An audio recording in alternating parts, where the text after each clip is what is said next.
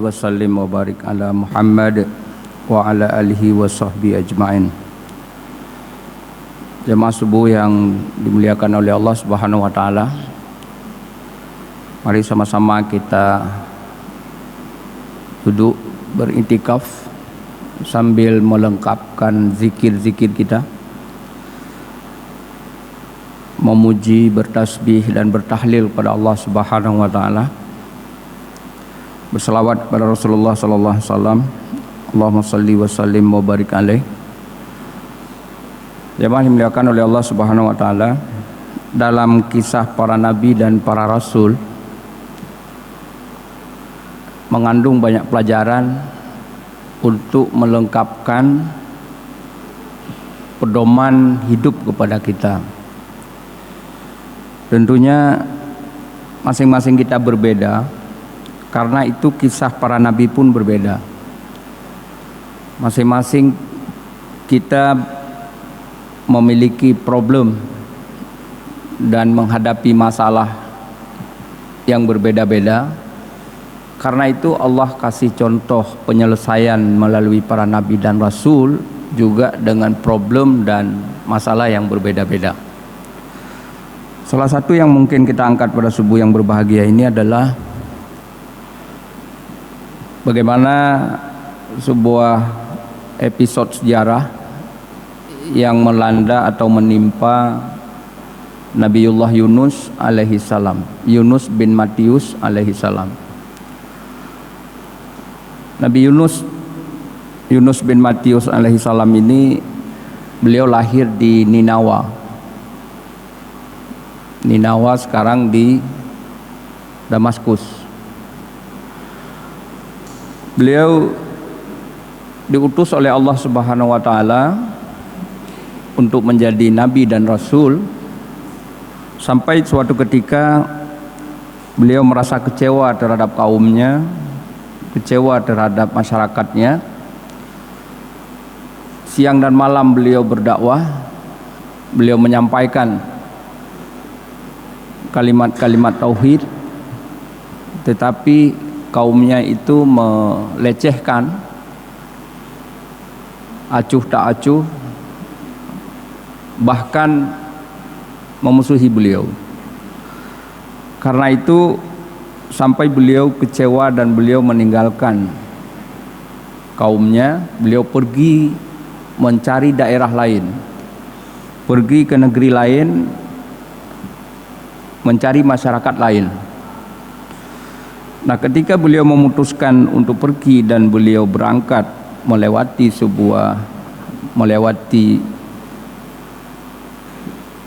laut, dalam penyeberangan tersebut ternyata beliau menumpang sebuah kapal yang sudah penuh.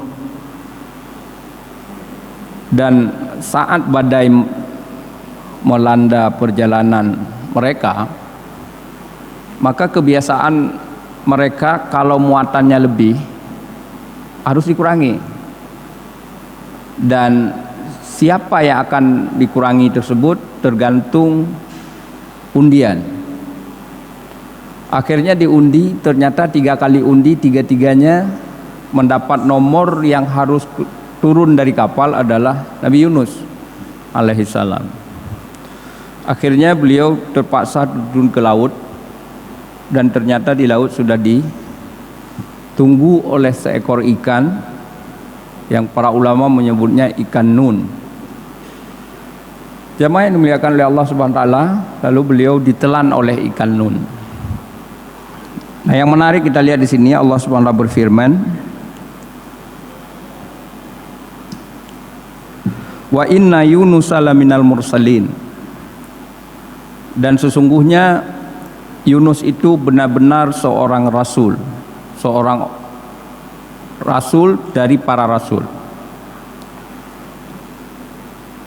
Dari cerita beliau bahwa ternyata kita melihat sebahagian orang memandang ini adalah sebuah kesalahan. Bahkan lebih parah lagi, ada yang memandang posisi Nabi Yunus itu posisi rendah, dan menganggap dirinya lebih baik karena Nabi Yunus itu salah dan dihukum oleh Allah Subhanahu wa taala. Karena itu Allah memulai dengan kalimat inna.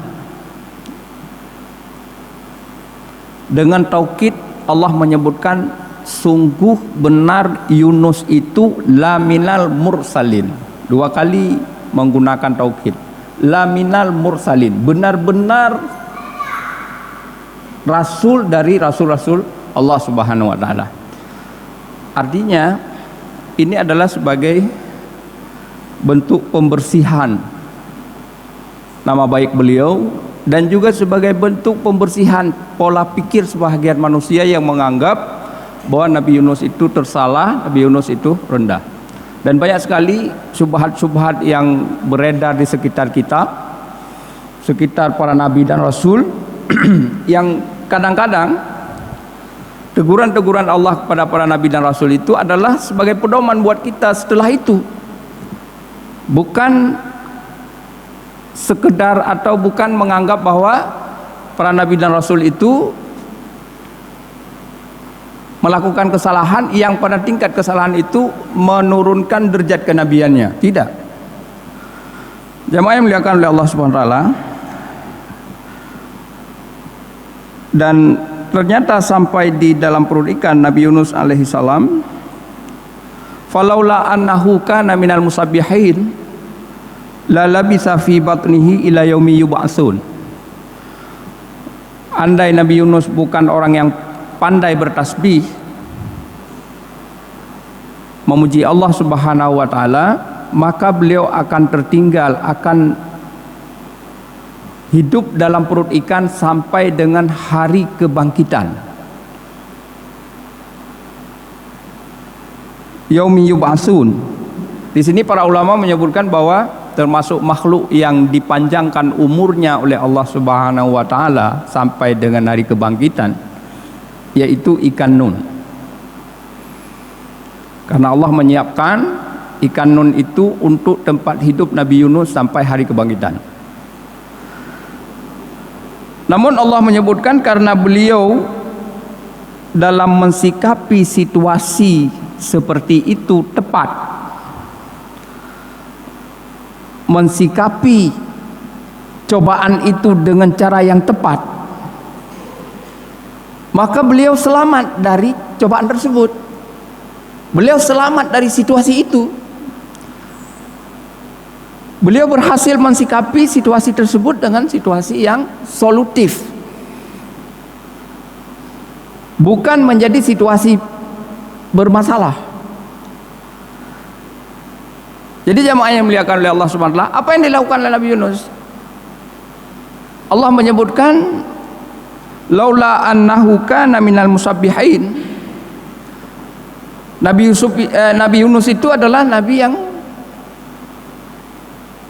mensikapi situasi tersebut dengan yang pertama yang beliau lakukan adalah, para ulama menyebutkan tasbih beliau sebagaimana diriwayatkan oleh Ibnu Abbas, Qatadah, juga Abu Ayyub Al-Ansari. Beliau menyebutkan bahwa tasbihnya Nabi Yunus itu ada 3. Yang pertama, Nabi Yunus mendirikan sholat di dalam perut ikan. Jadi laula annahu kana minal musabbihin. Musabbihin di sini adalah beliau mendirikan sholat di dalam perut ikan. Dan yang menarik, beliau mendirikan sholat dalam perut ikan, kemudian beliau menjadikan perut ikan itu sebagai masjid. Bahkan beliau persembahkan kepada Allah Subhanahu wa taala, ya Allah, ini tempat sujudku, ini masjidku, dan tidak ada satupun manusia di muka bumi yang membuat tempat sujud sebagaimana aku buat, yang menjadikan perut ikan sebagai tempat bersujud kepada Allah Subhanahu wa taala. Artinya secara positive thinking. Ketika seseorang diberikan musibah oleh Allah, diberikan cobaan oleh Allah, diberikan kondisi yang tidak normal oleh Allah Subhanahu wa taala, maka langkah pertama yang harus dilakukan adalah berpikir positif. Baik sangka kepada Allah Subhanahu wa taala. Setelah berpikir positif, beliau berubah kondisi yang sebenarnya ini kondisi masalah, situasi yang sebenarnya ini situasi yang merugikan, tapi beliau menjadikan situasi ini menjadi situasi yang menguntungkan. Bahkan bukan saja menguntungkan, tapi menjadikan sebagai sebuah kekhususan, bahwa hanya akulah yang mengalami seperti ini, dan hanya akulah yang bisa berbuat kelebihan seperti ini. Karena memang gak ada seorang nabi dan rasul manusia manapun yang menjadikan perut ikan sebagai masjid. Dan beliau mengandalkan itu. Jadi beliau mengandalkan bahwa ini kesempatan terbaik buatku ya Allah Subhanahu wa taala untuk menjadikan tempat ini sebagai tempat sujud kepadamu. Jemaah yang dimuliakan oleh Allah Subhanahu wa taala. Saya melihat betapa rahmat Allah luar biasa ketika Allah memberikan kita cobaan dengan situasi COVID-19 ini. Ternyata virus corona ini itu memberikan banyak sekali pelajaran buat kita. Saya tidak membayangkan bagaimana penghentian terhadap pembantaian Muslim Uighur, tapi COVID-19 bisa menghentikan itu. Kita tidak membayangkan bagaimana kaum muslimin di berbagai belahan dunia itu mengalami berbagai macam penyiksaan, penindasan, tapi dengan virus ini ternyata luar biasa. Tangan-tangan halus itu bisa menghentikan itu. Tentunya kita sebagai seorang muslim berpedoman kepada hadis Rasulullah SAW yang diriwayatkan oleh Imam Bukhari dan Imam Ahmad, bahwa Rasulullah SAW bersabda, wabah itu adalah azab bagi orang-orang yang dikehendaki oleh Allah dan rahmat bagi orang-orang mukmin. Barang siapa yang menetap bersabar dan menetap di rumahnya, maka dia akan mendapatkan pahala syahid. Walaupun dia tidak syahid, walaupun dia tidak meninggal, tapi pahala syahid sudah dapat. Enggak semua generasi dapat kesempatan seperti ini. Syaratnya apa? Syaratnya mengikuti sunnah Nabi. Jika terjangkit penyakit di suatu tempat, kita tidak boleh keluar dari tempat tersebut, atau kita di luar gak boleh masuk ke tempat tersebut. Dan bersabar, tidak mengeluh, tidak menggerutu, maka kita dapat pahala syahid. Ini kan kesempatan. Jadi orang-orang yang beriman ini mensikapi situasi seperti inilah situasi yang ini untuk menambah lipatan-lipatan amal soleh yang sebenarnya kita lakukan sedikit tapi pahalanya berlipat. Di situasi yang lain tidak mendapatkan lipatan seperti ini. Jamaah yang dimuliakan oleh Allah SWT. Yang kedua, para ulama menyebutkan bahwa tasbihnya Nabi Yunus itu adalah berzikir. Jadi beliau berzikir, dan kita kenal dalam ayat yang lain disebutkan oleh Allah Subhanahu wa taala, zikirnya Nabi Yunus adalah Nabi Yunus menyebutkan la ilaha illa anta subhanaka inni kuntu minadz zalimin. La ilaha illa anta. Dalam situasi apapun yang dihadirkan adalah kekuasaan Allah Subhanahu wa taala. Dalam situasi apapun yang dihadirkan adalah kemahaesaannya Allah. bahwa Allah satu-satu zat yang berhak disembah, bahwa Allah satu-satu zat yang berkuasa sepenuhnya, bahwa Allah satu-satunya zat yang berkehendak. Jamaah yang dimuliakan oleh Allah Subhanahu wa taala. Bagaimana kita menghadirkan kehidupan tauhid di saat menghadapi musibah? Bagaimana kita menghadirkan kehidupan tauhid di saat kita mengalami cobaan-cobaan? Kita ngelihat bagaimana luar biasa virus ini juga tidak sedikit menyebabkan orang murtad, orang keluar dari rel syariat. Bahkan lebih menyedihkan lagi, saya tidak melihat lebih kepada pengkhianatan orang dengan memberikan nasi bungkus cap, ya, nasi bungkus cap anjing. Tapi saya melihat bagaimana kita ini muslim nih, udah yang buat bukan muslim, yang masak bukan muslim, yang menyediakan bukan muslim, padahal itu cukup sensitif. Makanan jadi, kalau yang dikasih itu makanan buah-buahan mungkin masih bisa kita cuci. Kalau yang dikasih itu mungkin makanan bahan baku masih bisa kita cuci. Tapi ini yang dikasih adalah makanan jadi, udah jelas nggak halalnya. Saya ngebayangin bagaimana baru beberapa saat kondisi seperti ini terjadi. Bagaimana yang disabdakan oleh Rasulullah SAW sebelum Dajjal keluar, itu ada situasi paceklik selama 3 tahun berturut-turut, kekeringan. Tahun pertama 1/3 binatang ternak mati, tumbuh-tumbuhan tidak tumbuh, air ditahan oleh Allah. Tahun kedua 2/3, dan tahun ketiga tidak ada satu tetes pun air yang turun. Kemudian binatang-binatang yang berkuku itu akan mati. Terjadi kelaparan yang amat sangat dahsyat. Pada saat seperti itu Dajjal keluar membawa bantuan-bantuan, membawa gunung roti, membawa gunung makanan. Disitulah ujian iman yang paling berat. Kita melihat sekarang ini, baru sekedar seperti itu sudah begini kondisi kita. Tidak mensikapi situasi itu dengan situasi tauhid. La ilaha illa anta subhanaka inni kuntu minaz zalimin. Subhanaka, maha suci engkau ya Allah.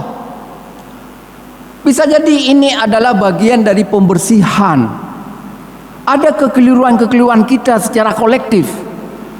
Ada kesalahan-kesalahan kita secara kolektif. Allah mau menegur, Allah mau membersihkan sebagai sebuah pengakuan inni kuntu minaz zalimin, bahwa ada kezaliman yang kita lakukan, dan kezaliman yang paling besar adalah syirik kepada Allah Subhanahu wa taala. Maka menghadirkan situasi tauhid, kemudian mengintrospeksi diri, pengakuan secara jujur bahwa memang kita ada salahnya. Dan itu yang menyelamatkan Nabi Yunus dari situasi yang gawat tersebut. Dalam perut ikan itu adalah kesulitan pertama, kesulitan mendapatkan suplai oksigen yang memang nggak ada oksigen dalam perut ikan. Dan itu yang pertama mengganggu apa? Yang pertama mengganggu adalah cara kita berpikir. Sulit untuk kita berpikir kalau nggak dapat suplai oksigen yang cukup. Di dalam perut ikan tidak mendapatkan suplai sinar matahari. Dalam perut ikan itu nggak sampai jadub. Tidak ada suplai makanan. Tapi itu semua bisa diselesaikan dengan apa? Bisa diselesaikan dengan zikrullah. Bahkan dalam hadis yang lain Rasulullah SAW bersabda, ketika manusia menghadapi musim paceklik, pra Dajjal keluar, para sahabat bertanya, ya Rasulullah, kaifa ya'ishun nas, bagaimana manusia bisa hidup, orang-orang beriman bisa hidup di zaman itu. Rasulullah SAW menyebutkan bahwa kehidupan di saat itu mereka akan hidup dengan subhanallah walhamdulillah wala ilaha illallah Allahu akbar, 4 menu. Dengan 4 menu ini mereka bisa hidup. Dan Rasulullah menyebutkan kalau dia meniatkan menjadi makanan maka dia akan kenyang. Kalau dia meniatkan menjadi minuman dia akan merasa hilang hausnya. Jamun dalam bahasa Aceh, orang-orang tua kita mengajarkan bahwa ada kehidupan urang pajuh kalimah.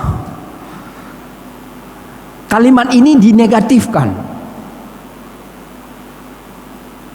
Apa dinegatifkan? Kalau nggak ada makanan tapi dalam konotasi yang tidak bagus, pajuh kalimah. Jangan kasih makanan, bahi pajuh kalimah. Padahal pajuh kalimah ini adalah sebuah termin, sebuah ungkapan tingkat keimanan cukup tinggi. Bahwa dalam kondisi seperti itu, makanan kita adalah kalimah tauhid. Makanan kita adalah zikrullah. Subhanallah walhamdulillah wala ilaha illallah Allahu akbar. Nabi Yunus bertahan dalam perut ikan, sukses menghadapi situasi tersebut adalah dengan la ilaha illa anta subhanaka inni kuntu minaz zalimin. Bahkan ketika beliau berdoa, para ulama menyebutkan yang ketiga tasbih beliau adalah kasratud doa, banyak berdoa. Jadi ketika beliau berdoa, doa beliau itu langsung dijabah oleh Allah Subhanahu wa taala. Langsung parkir doanya di bawah arsy Allah Subhanahu wa taala. Sampai para malaikat itu kaget. Doa siapa ini? Allah Subhanahu wa taala tentunya sudah mengetahui dan berfirman bahwa itulah doa hambaku yang sedang introspeksi diri di dalam perut ikan. La ilaha illa anta subhanaka inni kuntu minaz zalimin. Maka Rasulullah menyebutkan siapa yang menggunakan doa ini dalam bermunajat kepada Allah Subhanahu wa taala, maka Allah tidak menolak doanya. Siapa yang memulai berdoa dengan la ilaha illa anta subhanaka inni kuntu minaz zalimin, maka Allah akan mengijabah doanya. Ini adalah kalimat yang luar biasa. Ini adalah zikir yang luar biasa. Mudah-mudahan jamaah yang dimuliakan oleh Allah Subhanahu wa taala, situasi kita tidak separah situasinya Nabi Yunus. Tentunya kesalahan Nabi Yunus juga tidak separah dengan kesalahan-kesalahannya kita. Karena itu jemaah yang dimuliakan oleh Allah Subhanahu wa taala, situasi ini mungkin akan memberikan sedikit pedoman kepada kita bahwa mari sama-sama kita mensikapi situasi ini dengan situasi kembali kepada Allah Subhanahu wa taala. La ilaha illa anta, dengan semaksimal mungkin kita mengisi kehidupan kita dengan zikrullah dan banyak kita berdoa kepada Allah Subhanahu wa taala. Semoga Allah Subhanahu wa taala mengangkat bala dan cobaan ini dari kita semua. Amin ya rabbal alamin. Aqulu qouli hadza wa astaghfirullah li wa lakum. Assalamualaikum warahmatullahi wabarakatuh.